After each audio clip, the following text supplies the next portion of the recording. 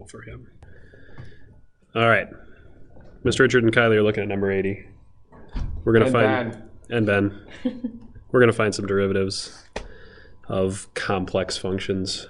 So in A, I'd say we've got actually three kind of functions going on. We've got a square root function, we've got a sine function, we've got a cosine function, and we've got some multiplication going on.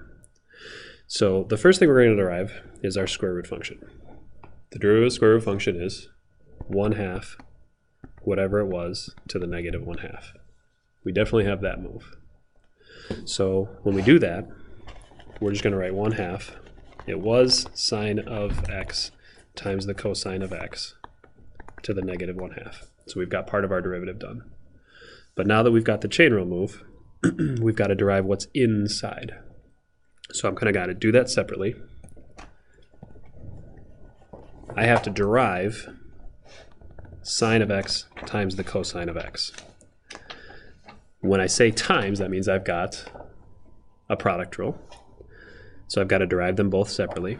The derivative of sine x is the cosine of x. The derivative of the cosine of x is negative sine x. And then that move we talked about in class is that 2/3 bow tie with addition. So I'm going to multiply these.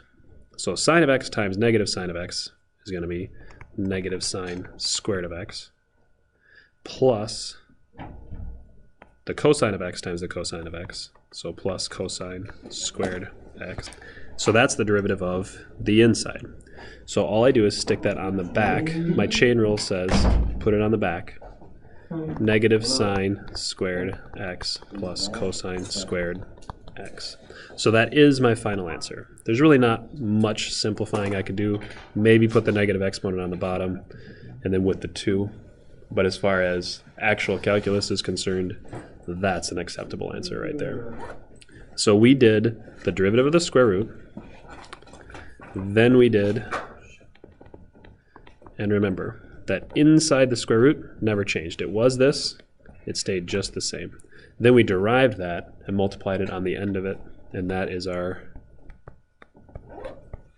chain rule.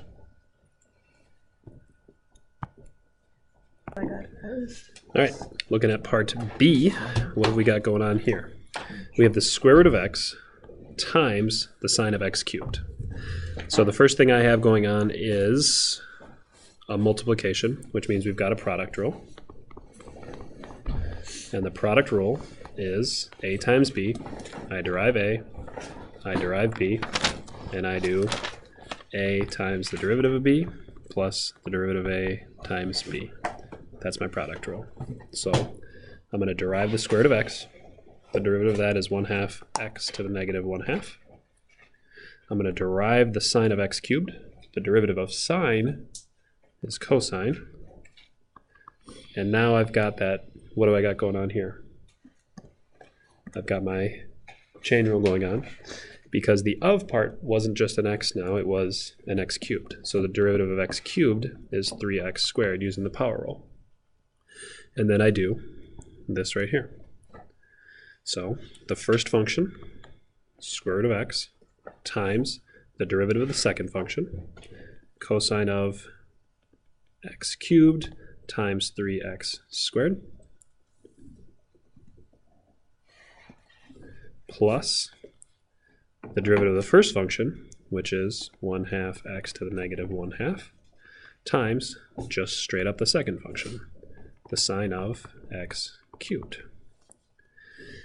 The thing I see, probably one of the most common mistakes on this problem would be trying to multiply here, this x cubed times this 3x squared. Remember, this is an of. This is its own grouping symbol. That really can't be touched.